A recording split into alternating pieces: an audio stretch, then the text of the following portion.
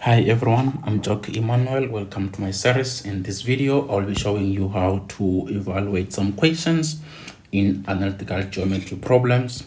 So in our case, we have a diagram which I'm going to analyze with you guys. Let's read. In the diagram, the circle is centered at M, which is 2 and 1. The radius km is produced to L, a point outside the circle, such that KML is parallel to the y-axis.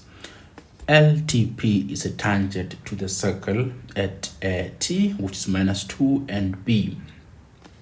The point S, which is -4.5, and -6 is the midpoint of PK. I want us to analyze what was said in that statement and put it into practice. Now, let's check. We have a center to begin with, which is let me do it like this quickly. We have a center right here, which is at M2 and 1. And then we also have a tangent. We also have a tangent, which I'm going to highlight for you. We have a tangent, which is at that point right there. And what we know is that a tangent is always perpendicular to the radius if we're dealing with a circle. So in our case, we're dealing with a circle. Mark that. So we have a perpendicular right there. I'm going to mark that with an angle of 90 degrees, which I assume that everyone understands what I'm doing right there.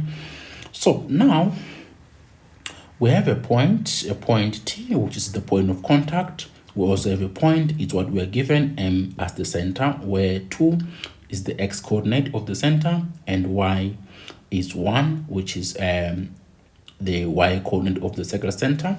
Right then, let's check, do we have the radius? No, we are not given. Okay, let's read the question. What do we have? We are saying that given that the radius of the circle is 5 units, show that the value of B is equals to 4, and that is worth 4 marks.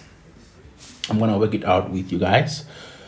Now, let us check how we work that 4 marks out. To begin with, this circle is not centered at the origin. This is the first thing to pick up, because it has moved from the origin to the right by 2 units and up by 1 unit. That's center there. It moves from 0, 0. So it moved to the left by 2 units and upwards by 1 unit. That you can see. So I'm gonna write the equation of the circle when it has moved from the circle, from the center right there. So I'm gonna write it for you. We're going to have x minus a all squared plus y minus b all squared is equals to the radius squared. This one is the equation of the circle when it has moved from the origin. So where a and b are the coordinates of the center and r is the radius. So let us go and plug what we have there, which is a and b and r. So I'm going to do that now, which is going to be x minus a. A is 2. Remember that a is the x coordinate of the center, or of the circle center. So to say, I have to square that plus y minus b. What is b? B is the y value of the circle center, which is 1 in that case. I have to square that, equals to a radius squared. Radius you were given as 5 units from the statement. I'm going to highlight that for you. So this was 5 units for a radius. All right. Now I'm going to say this is 5 squared. So because this variable b belongs to the point of contact, I'm going to say, well, let me substitute that point of contact into the circle itself and see what do I get. Now let's do that quickly. We'll then say, well, to substitute the point t x is -2 and then y is b. So let's plug those values. We're going to have -2, -2, and then I have to square that plus y is b in this case, -1 all squared equals to 5 squared, which is just 25. I'm going to try and distribute that carefully. So I'm gonna, if I expand that, If I expand that, it's going to be a b squared minus 2 b plus 1, and then right here I have minus 4 all squared, which is positive 16. I have to bring 25 this side, so it's basically going to be negative 9, I guess. So you have negative 9 equals to 0. And then from there, you can then say, well, let me try and simplify that out. That is going to be b squared minus 2b and then minus 8. That equals to 0. You can try and figure out that quadratic equation. Now, to do that, you will then say to yourself, so about that, you would say, therefore, that is b minus 4 into b positive 2. That must be equals to 0. So you will then say, well, the value of b is going to be positive 4, or b cannot be equals to negative 2. Why not negative 2? Because we are at the second quadrant where y value is positive. Hence, I'm writing, or I'm saying that b cannot be negative 2. Thank you very much. If you have any question, you write on the comment about how I worked example 1. I mean the part 1 of the series. Now, secondly, we are saying determine the coordinates of k. Now, let us check what's happening at k. At k here, which is at this point then, because we are told that KML is parallel to the y-axis, meaning that at k, you have 2 and some y value which we don't know, but what we know is that y value is negative. And at point k, at point L, you have a positive 2 and a y value. What we know about that y value is that it's positive. This is the difference between the two. So, but however, here we are looking for the value of y at k, because the x value we know is positive 2 on the basis that LMK is parallel to the y-axis right there. So now I'm gonna work out that y value, but now I want us to be careful right here. Check how. From here, which is the center, to the x-axis, the y value there is 1. What we are looking for is the y value just from the x-axis to the point of circumference right there. We are looking for that distance. But what we know is that just from the center to the same point is radius, which is 5 units in that case, which is 5 units. I'm going to write that, which is 5 units. And then we also have 1. I'm going to write that. This one here is 1 unit. So we're looking for this distance there. So what do? You subtract 5 from 1 to get that length, which is going to give you a 4. So I'm going to do it like this. But this is a 4 units, and if you check at k is negative, it's the negative y value. So I'm going to say, well, at k is negative 4, the y value there. But how do you put that in writing? You say, well, x at k remains positive 2, and y at k equals to 5 minus 1, which gives you a value of 4. But because at that point, it is a fourth quadrant where you have x being positive and y being negative, you will then say to yourself, the point k is positive 2 and negative 4. This is the point k right there. Now, I want to find or determine the second question, which I guess is the B part of the series. We are saying determine the equation of the tangent LTP in the form y equals to mx plus c. Okay, I want us to look at the diagram again. What we have here is that we have the radius being perpendicular to the tangent. So by that we mean that the gradient of the radius is going to be, when you multiply that gradient by the gradient of the tangent, they are going to give you a -1. I hope you know that theory as well, that the gradient of mt, which in this case is the radius of the circle, when you multiply that by the gradient of the tangent, so I'm going to write the tangent there, it must give you -1. So now what we can ask ourselves is, what is the gradient of mt?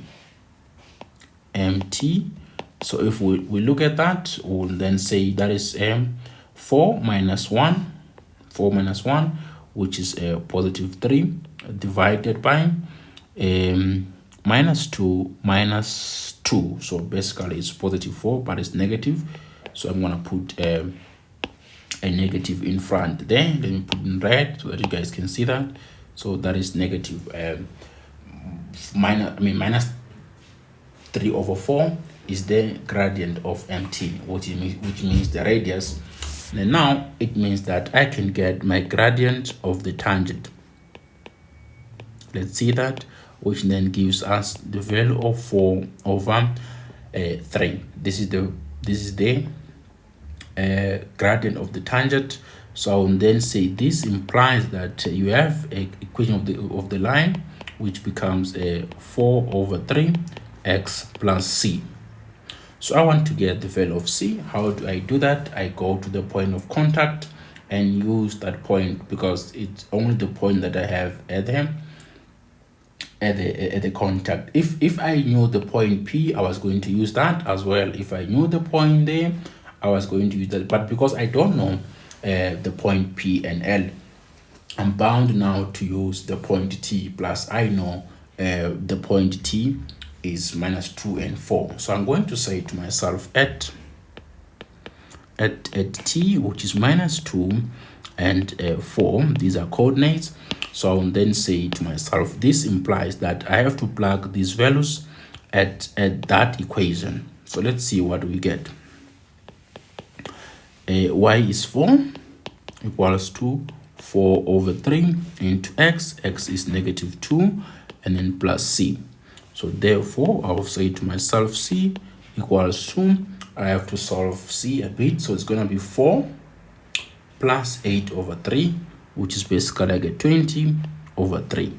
So therefore, the equation of the tangent is going to be given by 4/3, the gradient, x plus c. What is c?